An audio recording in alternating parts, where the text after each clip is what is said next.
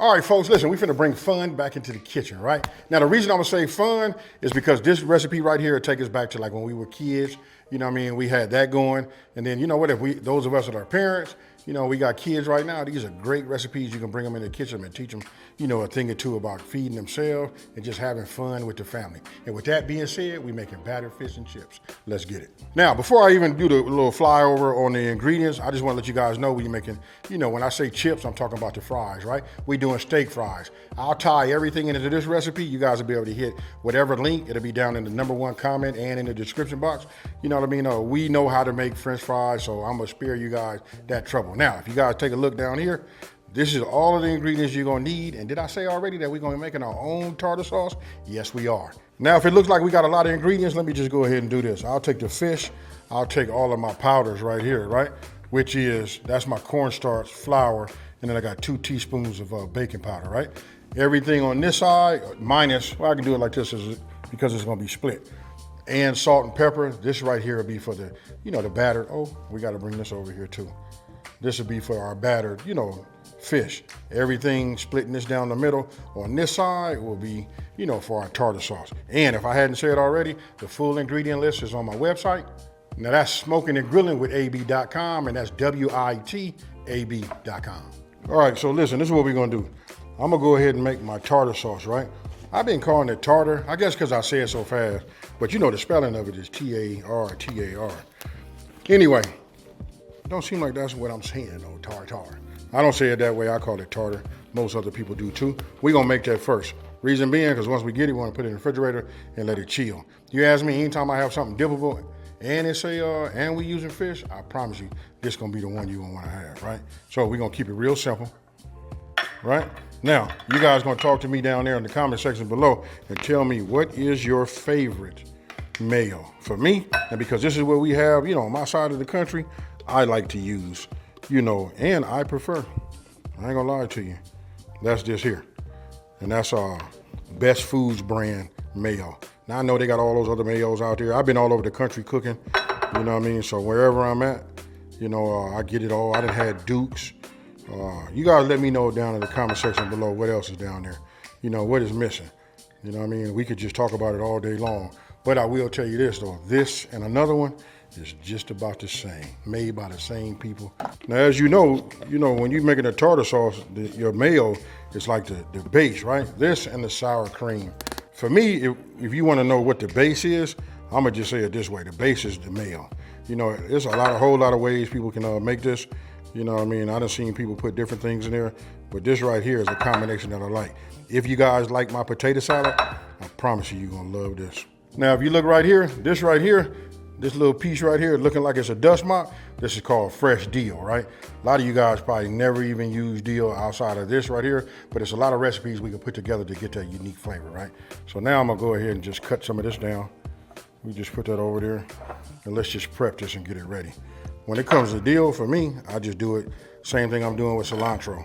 Just get it all together, and let's just make some cuts, right?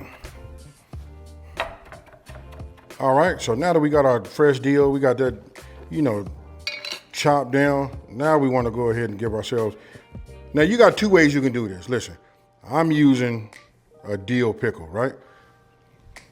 Some of you guys have that dill relish. If you got dill relish and they big enough, if you like that cube size, that dice size, then use that. I can see they just stuffed these in here. We only gonna need like a 1/4 cup. So you see, I just take a couple of these. I'm gonna work with that too, because it's ugly. I don't want to put that back in here, right? So I'll set that here, and I'll show you what we're gonna do. All we're gonna do is cut this in half. You know how I do the andouille, then we're gonna cut it down again, right? We do it just like you guys see, right? Now we just wanna dice this down. And you tell me, is this the size that you like? You see these right here? I'm liking that. You know, now you can go smaller, a real small dice, and the only thing you gotta do is, I think I'm gonna put that one back. Let's get rid of this one. You know what? I'm gonna eat that one. Let's just go ahead and cut this one down, all right? And then you can cut these down too to get them even thinner, all right? This helps with the dicing. Sour cream, your favorite mayo, right? Now I'm gonna go ahead and just add my dill. I'm gonna leave just a little bit of this dill here. We're gonna add our dill pickle. All right. I might end up putting it all in here, but it's best to just go ahead and just get it all mixed up and go from there. Here we're gonna add a little W sauce. And who is that? Y'all thought it was only W sauce that only goes in, you know, like meaty type dishes. A little Dijon mustard.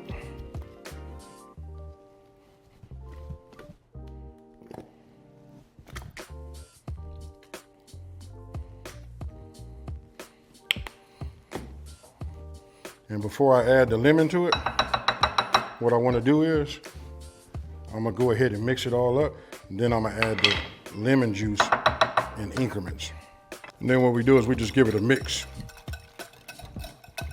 You can see right off the back the color of it, let you know that you got a good combination of ingredients, right? You should be able to see that dill, you know, throughout. All right, now I'm looking at this. It does not hurt to add that, you know.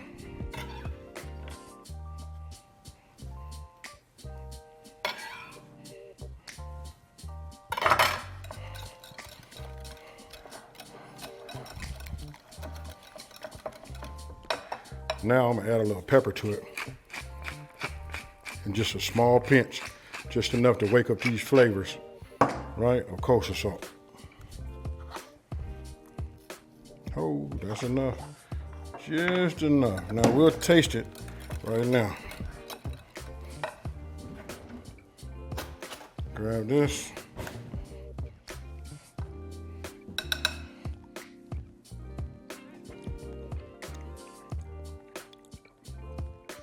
All they need is a lemon juice.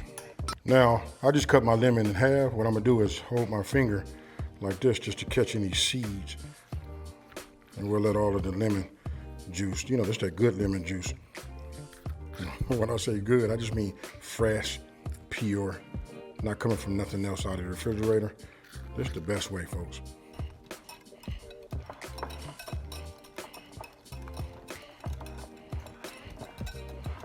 All right, so this is just right, you know, with the lemon juice added to it. It's actually, yeah, when I say just right, I mean like more on the perfect side. I'm gonna be honest with you, I like to get mine. I like to use sweet relish because I like everything made out of that.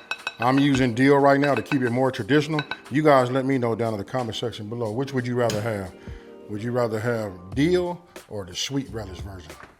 Okay, so now would be a great time for you guys to go ahead and, you know, fill up your, whatever you're gonna be deep frying in, you know, frying your fish. Go ahead and fill that up, and then what you want to do is you want to go ahead and bring it to about 300. And I'm gonna tell you this: the goal is to keep it at 350. So we probably wanted to get it about 365, even 370 is fine. You know what I mean? Because once we put it in there, it's gonna bring it down just a little bit. If it's at 370, when it settle down, it'll be at 350. You know what I mean? Right around there anyway. Then I do make a slight adjustment. I add a little bit more temp to it, as you know, that I did when I was bringing it up, so that I can maintain that. Now, if you guys come over here and take a look at this right here, I did it a little bit differently, and I forgot I got in just a habit of, you know, into my groove, right? So this right here is my flour, the extremely white. What you're seeing right here is my cornstarch, and then these two little mounds right there, them two little small mountains, we're gonna go ahead, and that's gonna be a baking powder, right? So just get you a bowl. It's a little bit much to be doing it in there, so this is what we're gonna be getting our batter from. Now, usually in everybody's title, you call it a beer battle, right? Reason I'm not gonna call that beer battle, because I'm not gonna be using it. I'm gonna be substituting the beer with ginger ale. This is it, right? So this is what you wanna get. You're not gonna lose anything. You're gonna pick up just a little bit of a different flavor, you know what I mean? But if you ask me, it's the flavor on the good side. And then for me, I'm gonna be using my A rub, right? This is my A seasoning from my A and B collection to level up. I like to add a little bit of this in here, you know what I mean? To give it just a little bit of that flavor, a little kick. And this is my go-to. All right, so I usually put about, I don't know, it could be anywhere, but it depends on my batter, how I want to act that day. You know what I mean? So I like to put in about a cup to a cup and a half of ginger ale, right? So let's just go ahead and I always just measure out my first cup, and then I just hand do the rest. You never know. Sometimes I don't know what it is because I measure all my ingredients. You know, it just seems like sometimes they take a little bit more, sometimes one cup doesn't. If you guys know the answer to that one, please let me know down in the comment section below. All right, now I'm gonna take this Let's go ahead and start working this inside of here, just like this. First, let me go ahead and incorporate all this together. Give it a little bit of a head start. Right, so now I'll start adding it. Right? Look at that right there. Now you guys are looking like, oh, okay, now I understand how it's gonna be. This is what the beer does, or the ginger ale, right? I can tell you right now, it's gonna take a little bit more. I'm gonna show you the consistency that we want. Okay, so I done pulled out my cod. You guys can see, if you really look, if I bend this like this, it's super flaky. You know, this is like the go-to in the industry. I love cod. You guys tell me what you like. I like the cod. You know what I mean? What I'm doing now is I'm cutting it down like this, just into like the same size type pieces, so they be ready at the same time, right? I'll take this one and we'll just cut it into threes and we'll just get it this way, right? So this is cool. I'm liking these, right? You know, little finger foods, kids love them. You know, so look at that right there. Yes, sir. Now, I like to take a paper towel. Even though I had them patted dry, they were patted dry prior to me cutting them, I still put something like this over the top and let this absorb anything it wants to absorb, right? Because you want these to be as dry as possible.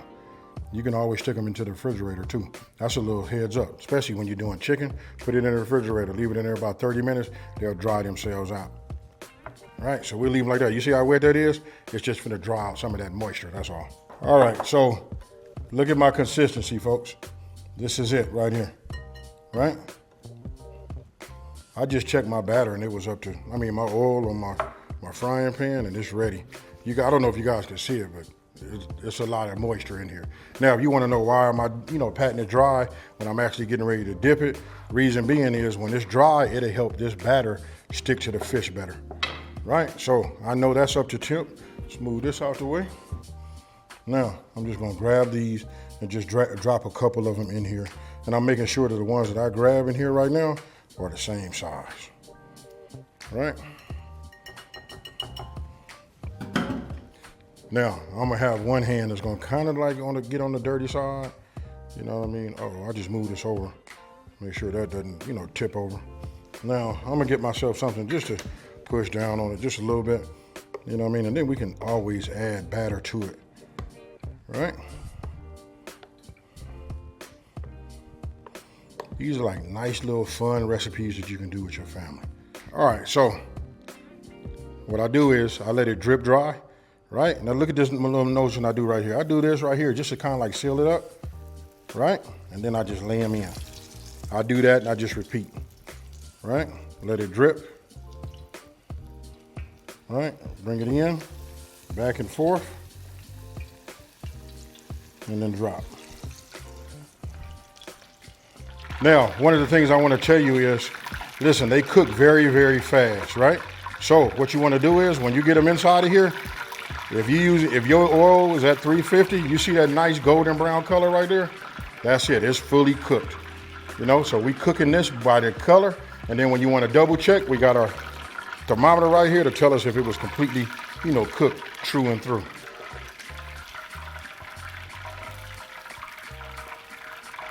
Look at those right there.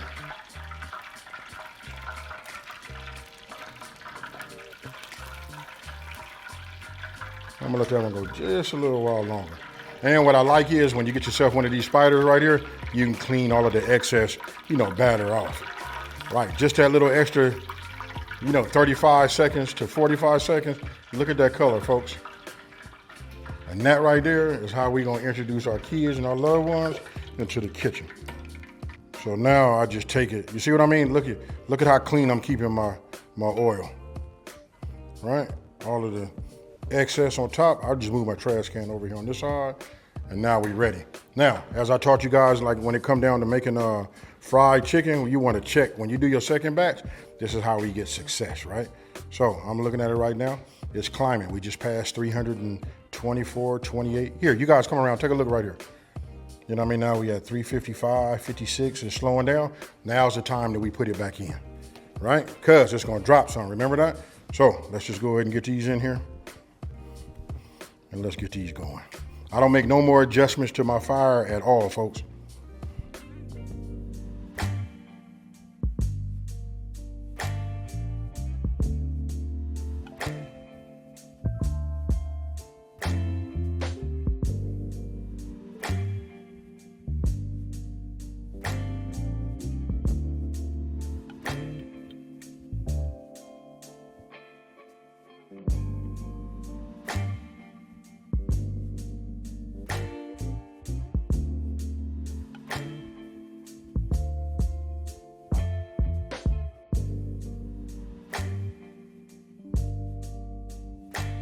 All right, so listen, now I'm finished taking pictures of it. You guys can see, these are nothing but steak fries. I season mine so that I can really, really taste them. So as you can see, that's seasoning on there, right? And to be honest with you, look, that's my A seasoning. If you want to know the coverage and how it look, that's it. Now you can do the rest. And don't forget, this is a low sodium product. You guys can pick this up on my website.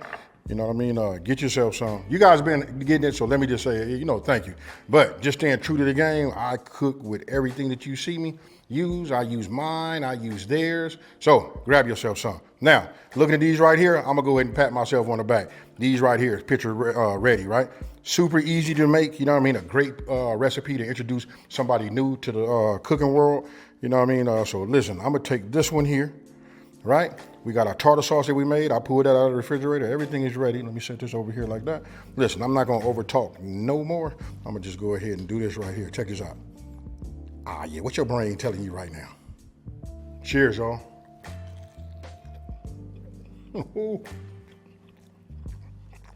If you like fish and chips, particularly if you like battered, you know, fish. Now, actually, I'm gonna share that, so I can't really go back in there and double dip. But I like to have tartar sauce on every one of my bites. So I respect those behind the camera, right? Then we got these here. Let me get some ketchup. Whew, that right there is what I'd like to share with everybody. This makes for a great appetizer, you know what I mean? With these basketball games, you know, we're gonna be coming up to the playoffs. You wanna make something, you can make a lot of these real quick. Just the bigger the pan, the bigger, you know, the surface that you have to do more at a time, you can make, if you spend yourself about 30, 45 minutes, you can have something to go ahead and give a party. And again, I told you this is great to introduce somebody, you know, new to cooking. This is like something fun you guys can get in there. We just gotta be careful with the grease. Now, with that being said, listen, if you're new to my channel, let me take this time to say thank you for watching this video. Don't forget to like, smash that subscribe button, and tell everybody out there, there's a channel out here that's simplifying these recipes and taking the mystery out of cooking.